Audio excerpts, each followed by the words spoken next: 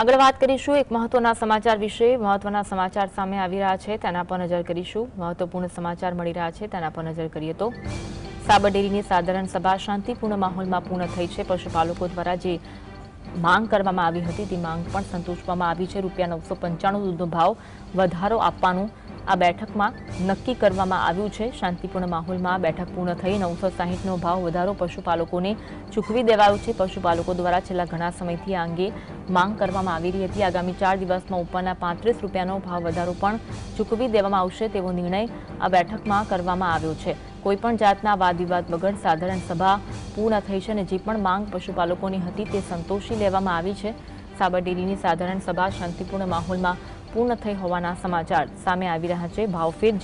ભાવફેરની જે માંગ પશુપાલકો દ્વારા કરવામાં આવતો હતો ₹995 દૂધનો ભાવ વધારો આપવાનો નક્કી કરવામાં આવ્યો છે। આ બેઠકમાં મહત્વપૂર્ણ નિર્ણય લેવામાં આવ્યો છે। 960નો ભાવ વધારો પશુપાલકોને ચૂકવી દેવાશે।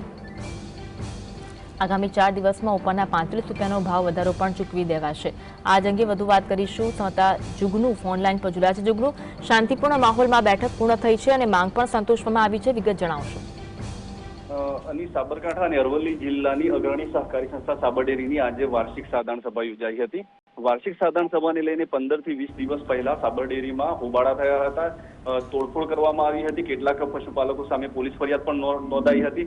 ત્યારે હવે આજે 11 તારીખે આ સાધારણ સભા સવારે 10 કલાકે યોજાઈ હતી। શાંતિપૂર્ણ માહોલમાં સાધારણ સભા શરૂ થઈ હતી। પોલીસનો બંદોબસ્ત પણ ગોઠવવામાં આવ્યો હતો અને 1 જ કલાકની અંદર આ સાધારણ સભાને આટોપી લેવામાં આવી હતી। બહાર નીકળ્યા બાદ જે ખેડૂત પ્રતિનિધિઓ હતા તે લોકોએ સાબરડેરીમાં તેમની માંગો પૂરી થઈ હોવાનું જણાવ્યું હતું। નોંધનીય છે કે સાબરડેરીએ ₹960નો ભાવફેર એડવાન્સમાં ચૂકવી દીધો હતો અને આજે 995ની જાહેરાત કરવામાં આવી હતી અને બાકીના જે ₹35નો જે ભાવફેર ચૂકવવાનો બાકી છે તે આગામી 2 થી 3 દિવસમાં ચૂકવી દેવાની પણ સાબરડેરીના ચેરમેને હૈયાધારણા આપી છે। ત્યારે હાલમાં સાબરડેરીએ જે 995નો ભાવફેર આપ્યો છે તેના કારણે પશુપાલકોમાં પણ ખુશી જોવા મળી રહી છે।